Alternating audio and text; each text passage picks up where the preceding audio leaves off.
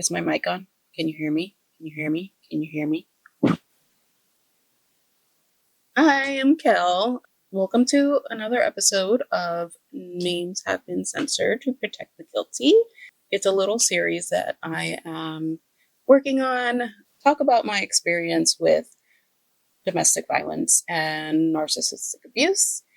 The goal here is to be able to help other women who currently going through something similar or have just left a toxic relationship with a narcissist. And yeah, I guess I'm just telling my story to bring light to something that I rarely see talked about, at least not openly on here. Because yeah, I've looked and there are not any people that I've found anyway who are actively telling their story from a first person perspective.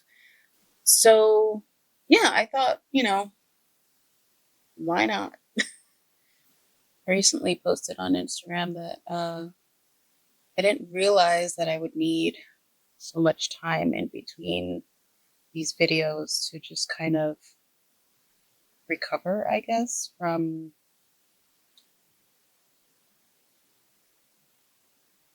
revisiting all this trauma, right?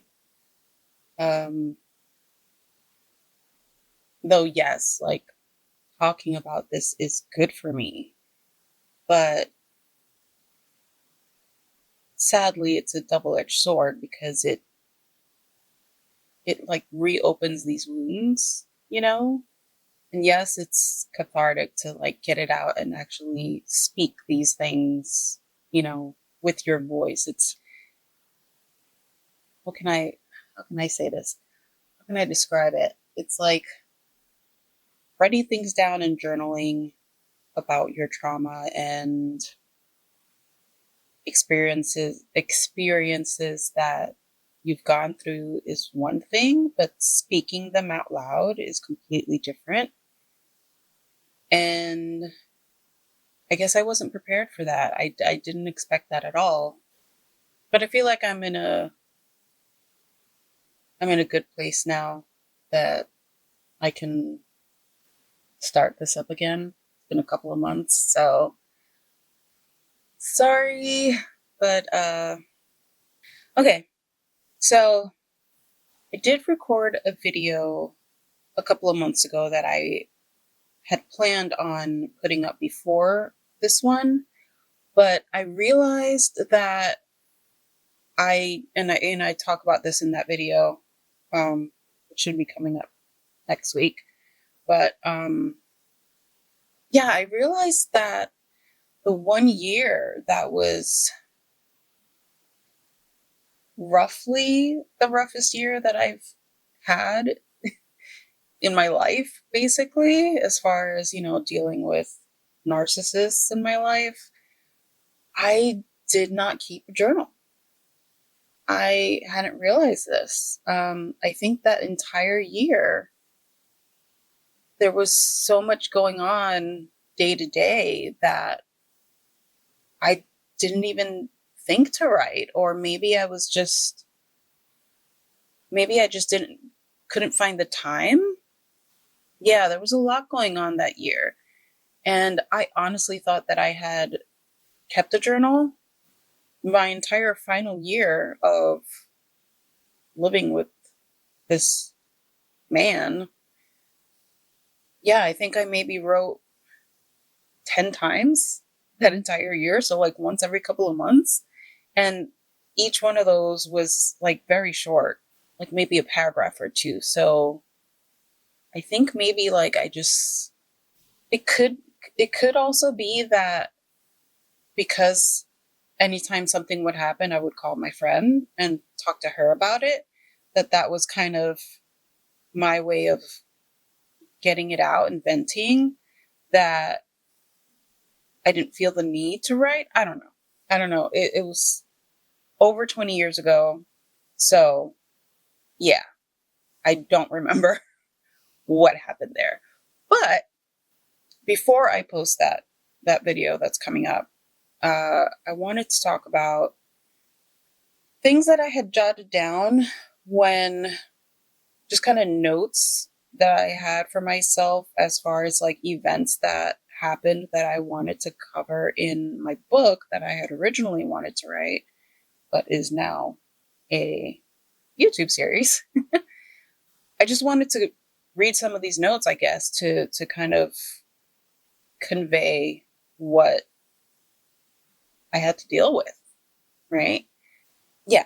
So I guess I'll just start. When did I write this? Let me see. I wrote this not too long ago.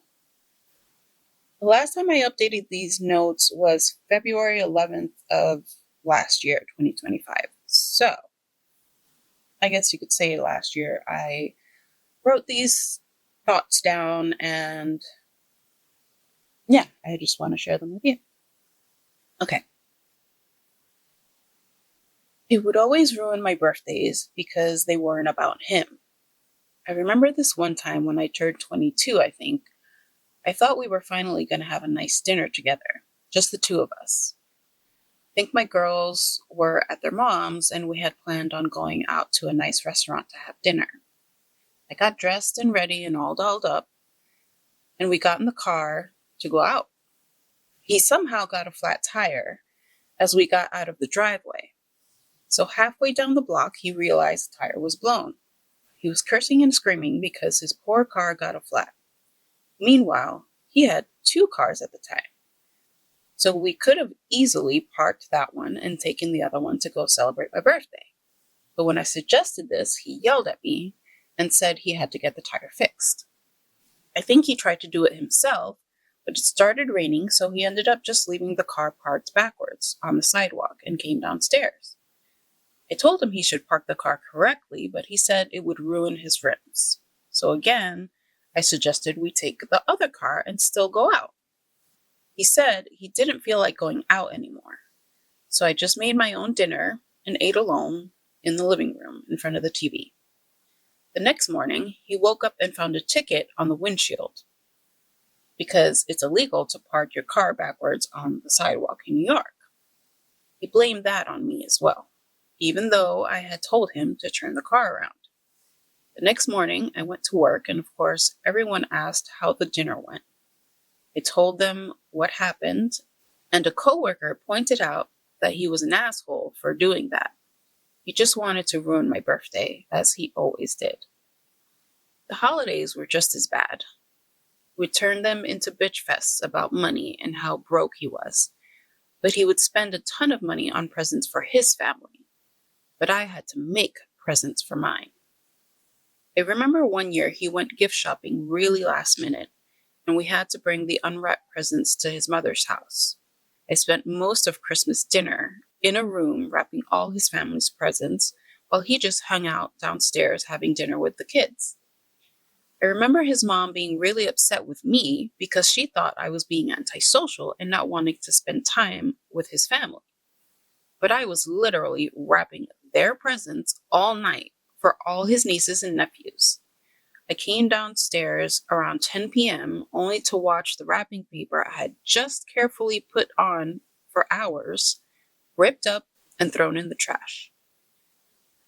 And when we would go to my family's Christmas, my grandparents would do their Christmas Eve lunch so that everyone could go to their in-laws around 6 p.m.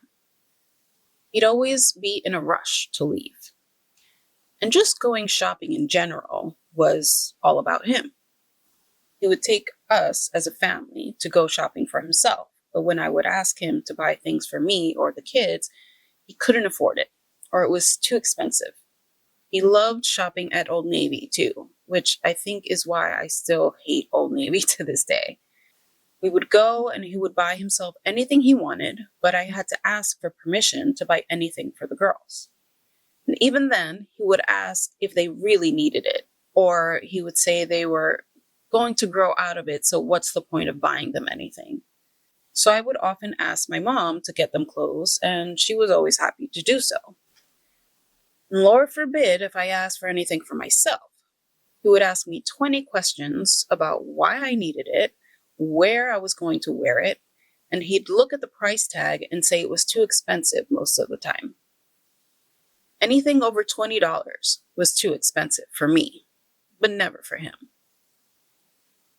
I used to have to do laundry and go grocery shoppings on my own while begging for the money to do so. When we lived in Queens, we never really had our own washer and dryer, even when we lived in his mother's house. I didn't like using her washer because her nanny was forever washing clothes since there were 6 kids upstairs. So it was often easier to just get it all done in one go at the laundromat. However, my ex hardly ever went with us. I often had to lug the laundry onto the stroller, and I'd sit my youngest at the time on top of the laundry facing me so she could hold on to the handlebar, and I'd have my oldest hold on to the stroller as well, and we'd all go do laundry together. For the most part, it was only a block or 2 away, but it was still a struggle to have to do that by myself with 2 kids.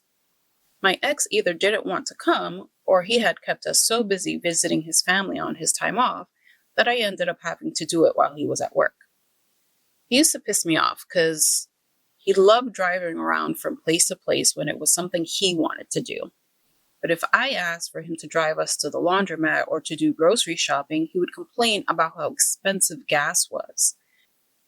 While we were living in Baltimore, one of the exercises he did at the academy got him a little scratch on his arm, and they sent him to Johns Hopkins Hospital. I knew something was up when the man could not stop talking about how wonderful the hospital was and how amazing their service was when he was there. And how from now on, if he ever needed to go to the doctor or to the ER, he was going to go there because they were so amazing. And he couldn't believe how much better it was than any other hospital he had ever been to in the city. And on and on and on. The man did not stop talking about Johns Hopkins. We went to his brother's house once, and he just had to tell his brother about how awesome this hospital was and how they treated him so well, and he was so impressed. To the point where even his brother asked him if he was being paid to advertise for them. And I joked that he had a girlfriend there. That's why he was so in love with Johns Hopkins. He froze as soon as I said that and turned white and shut up real quick and just said, I just like it there, that's all. And he barely mentioned it after that. But from that point on, I knew. This was about spring of 2004. And around that time is when he started calling me hun for no reason. We always called each other babe, never hun. But he started calling me that, and I thought it was a sign he was seeing someone else on the side. Again. And one day, he had to either pick up some paperwork or drop some paperwork off at an office downtown. And we were going to the Inner Harbor anyway, while the kids were at school. And he was being very lovey-dovey with me around that time for some reason. I didn't buy it, of course. I knew something was going on with him, but I played along. Funny thing is, he was holding my hand all the way there and opening doors for me and being a complete gentleman the whole day. The moment we got to the block where he had to go into this office building for this paperwork, he let go of my hand and started walking 5 paces ahead of me. Kept asking him to slow down and wait for me, but he had to hurry before this person left. It was around noon, so I'm guessing it was lunchtime, and I had the feeling he didn't want me to bump into someone there that he was hiding from me. Just my intuition, you know. He ran into the building and almost left me in the lobby, but I came in when he was going through the metal detector. And the guys at the desk asked who I was here to see, and I pointed to him, and he was already through. And he looked at them begrudgingly and said, "She's with me." So they let me through. I have a feeling he was hoping to ditch me there so he could go up by himself. When we got to the elevator, he stood as far away from me as possible. I asked him what his problem was, and he said nothing. When we got to his floor, he ran out ahead of me again. I kept telling him to slow down, but he would just ignore me. He bumped into a few people he knew in the hallway, and I would catch up to him and stand next to him while waiting for him to introduce me. he never did. People were looking at me all weird, like I was some crazy person just following him around. At one point, someone looked at me and was like, "Who's this?" He just said, "Oh, she's with me." And then he'd leave. I shook this guy's hand and introduced myself as his wife, and the guy's eyes bugged out in shock. I guess he never told his coworkers that he was married. I excused myself and caught up with him further down the hall. He was at this window filling out a form. He filled it out as quickly as possible and then ditched me again to go back to the elevator. I barely found my way there trying to catch up with him. On the way there was someone that wanted to stop and chat, but he dodged them and said he was late. I was like, late for what? They looked at me like, who are you? And I was like, sorry, he seems to be in a rush. They looked very confused. Finally, we got back to the elevator. I asked him, what the fuck was that? He was like, what? What do you mean? I said, that. You running around like you're late for something and clearly trying to ditch me in the building. He pretended not to know what I was talking about, and then later said that that's how everyone gets around in there because they're all busy and sorry if he was hard to keep up with. I said it didn't look like anyone else was in a rush there but you. He laughed it off, and we got to the car, and he was all like, yay, let's go have lunch in the harbor, and started being lovey-dovey with me again. Like a switch flipped. That was when I knew for sure he had a side chick at work or something. Turned out to be his now wife. When I had moved in with my parents, months later, he told my dad that I needed to stop causing problems between him and his new girlfriend because he didn't spend 6 months pursuing this girl for me to come along and ruin it. That was in February of 2005. I had moved out in December of 2004, only 3 months prior. You do the math. So yeah. I don't know what to say about that. As you can see, he was impossible to live with. Actually, now I'm remembering, while we were living in Baltimore, my girls were young, right? They were 5 and 9. Yeah, because my youngest was in kindergarten. And I believe it was my oldest at the time, so she was 9. And she was really excited about a school trip that she had to go to. But it was $12, I remember. And she was so excited to go to this trip. Like, I was like, obviously I don't have money. So I was like, when your dad gets home, just ask him.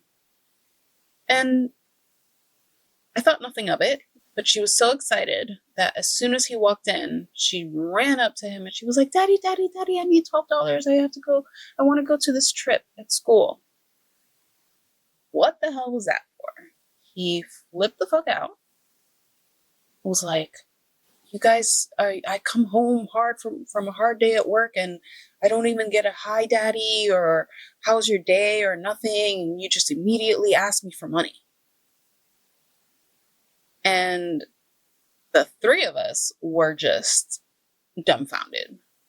We were like, okay, so obviously I told my girls to go upstairs, leave Daddy alone. He's obviously had a hard day.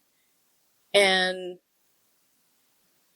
my kids went upstairs. They were probably listening. Actually, I know they were because they told me years later. But, I kind of yelled at him. I'm like, what the hell's your problem? She's just excited. She wants to go on this trip. She's very excited about it. And she just, she couldn't wait to ask you. Because she wants to know if she can go. And also, it's like, it's $12. It's not that much.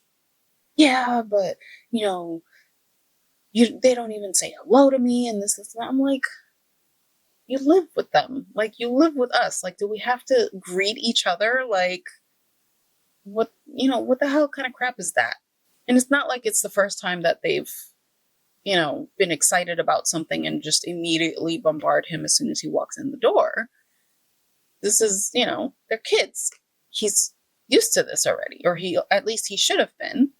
But I guess he had I don't know what happened at work, but obviously he was in a bad mood. Little things like that were just so stupid, like read the room. Like, everything was about him, basically, is what I'm trying to get at. If it didn't center around him, it was wrong or not allowed. He was just impossible to live with, especially towards the end. Like I talked about here, it's like everything was money. And he was really insecure too. Like, any little thing would completely hurt his ego. Like, his ego was so fragile. I don't know if he just felt inferior, so he always had to overcompensate by making himself feel better by putting people down. You know what I mean? I don't know. I mean, like I said, I'm not a psychologist, and I have no idea what was going through his head. But any little thing good that happened to me or in my favor was an offense to him. Yeah, I guess I'll keep this one short and finish editing that other video that I created. And yeah, that's it for today. If you're watching this for the first time and you're wondering, what the hell am I talking about? Please watch the previous videos. This is a whole series talking about my... Oh, I didn't do the intro, did I? Let me do the intro now. If you're enjoying this content and if you're possibly learning something from it, please subscribe to the channel. It would help share my story to someone who might need it. Can't say that I learned anything new from today's episode, but I can say that from this experience, specifically all the things that I've talked about today, over the years, I've learned to recognize these patterns, right? Unfortunately, he was not my last narcissist. Big shocker. But I can honestly say that after living with him for 12 years, I learned to read the signs, and not one person that I dated after him was able to pull the wool over my eyes for more than a couple of years, right? Simply because I recognized the pattern. 12 years of repeating the same thing over and over again. There's, you can look that up actually. It's called, basically, the cycle of abuse, right? I'll put it here. Here? Yeah, we'll go with this one. Okay. So basically, the cycle of narcissistic abuse is the calm before the storm is the first stage. The abuser will tactfully maintain a calm in the relationship, show good faith that things will be different. This could last hours, days, or months, depending on the relationship, until tension builds again. The next cycle is walking on eggshells. The abuser is creating tension and making criticisms. There is a subtle buildup of justifying a future blow-up. Stage 3 is the blow-up. Abuser implements tactful means of destruction, physical, mental, emotional, spiritual, sexual abuse. Then cycle 4 is reconciliation. Abuser will either grovel, justify reaction, or gaslight the survivor. I've heard it also labeled differently. Here we go. Idealize, devalue, discard, and hoover, which I like those titles, I guess, better because it is more indicative of what is happening, right? They idealize you, then they devalue you, then they discard you, and then they suck you back in like a hoover. Those are the signs that I've learned to identify. Sadly, I can't say every other relationship I've been in has been like that. Obviously not. Definitely not. But I have dealt with that same cycle. It's the whole love bombing, being avoidant, apologizing, and, trying to suck you back in. And it gets exhausting. Unfortunately, there are way too many people in the world who do not have a high emotional intelligence. Actually, I just wrote down a quote that I found that kind of alludes to this, which I don't know if you find it relevant. I kind of find it a little relevant. It says, the way we raise our children can either lift them up and carry them through life, or it can doom them to a life of intolerance and one-sided thinking. Sometimes parents raise children. Sometimes they create monsters the rest of us have to slay. And yeah, I found that in one of my journals. So I thought that was a pretty cool quote. Anyway, so that is what I learned today. And